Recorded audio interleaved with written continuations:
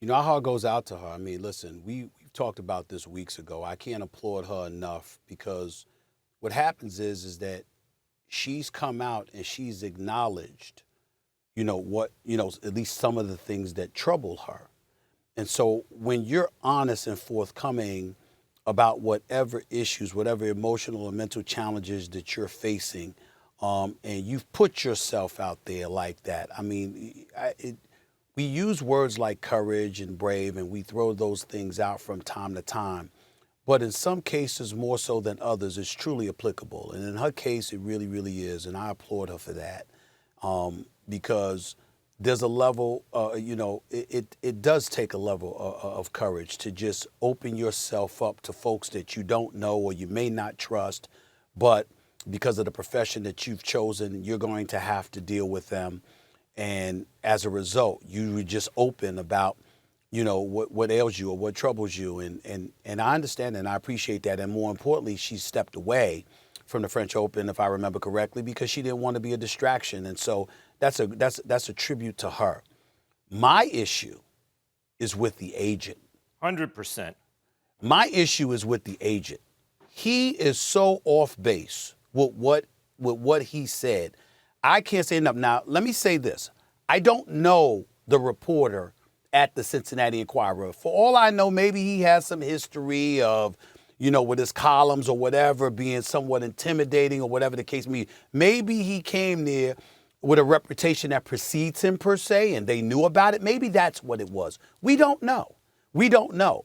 We don't specifically know all that she's going through because remember, she's relatively young. She's highly successful. She's being pulled in a multitude of directions. Everybody wants something from her. And when you have folks who manage talent, for example, you've got some insight into all the things their life entails and all they have to endure. And maybe just the collective obligations of her life or whatever she feels in her mind are those obligations are just so heavy on her that contributes to things as well. I don't know. No, we really don't know. But I know this, just based off of that press conference, I thought the reporter was incredibly fair and incredibly delicate with how he asked the question. Then the moderator said, "Would you like to move on?" And Naomi Osaka said, "No, I'd like to try and answer that question." Then afterwards, a young lady comes in and says, "Hopefully you don't mind. I can get back. I can ask you about tennis." And then she asked a question about tennis, and then on the back end of it, added something about whatever she had tweeted about Haiti in light of that earthquake, that ravaged that nation. And that is when she got emotional. I'm trying to figure out what the reporter did wrong. I didn't see that.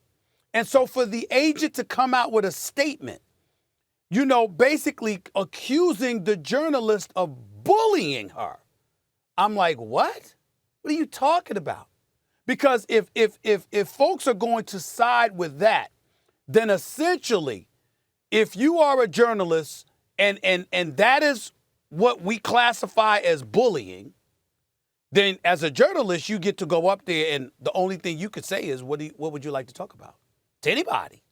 Because I didn't get that from the question. Stephen A., and that's why I have a problem with the agent. I had a problem with the agent. We see this nearly or maybe exactly identically. Let me start with Naomi Osaka. Tennis stars at her level do not lead typical lives. None of us can really relate to the pressure faced at such a young age, traveling the world, insulated and isolated in one way and another way, seeing everything. At such a young age, the amount of media and money involved, and I can't even imagine the pressure. And this goes for all these tennis stars at a certain level who are identified young. Just the work you have to put into it to get to that level, let alone the media attention and fans. It's unimaginable for the rest of us. So that's the first thing.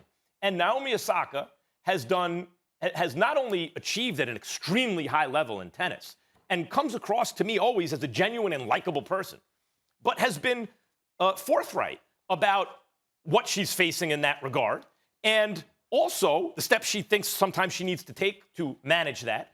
And she's also been public, like she clearly wants to be a force for good in the world. And that includes on racial issues and issues of mental health and all those things. The reporter did not seem to be attacking any of that or attacking her. It wasn't ad hominem. It was, and the idea that it was bullying, to me from here, from what I saw, is utter nonsense.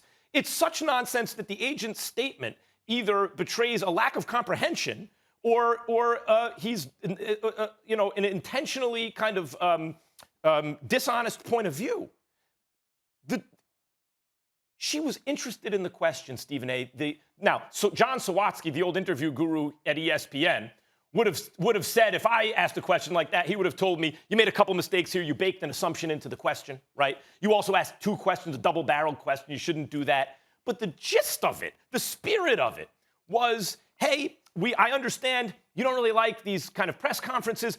And he never said, as the agent said, didn't suggest, stated. The agent said that he thinks the media is responsible for her success. Wait a minute, Molly. Let me finish. Let me just finish the thought. And obviously you feel otherwise. I didn't hear that at all. What he did suggest was the media can be useful to someone who has a platform to amplify their platform, to deliver messages that Naomi Osaka seems interested in delivering. She was both emotionally and intellectually engaged by the question. I thought it was a thoughtful question.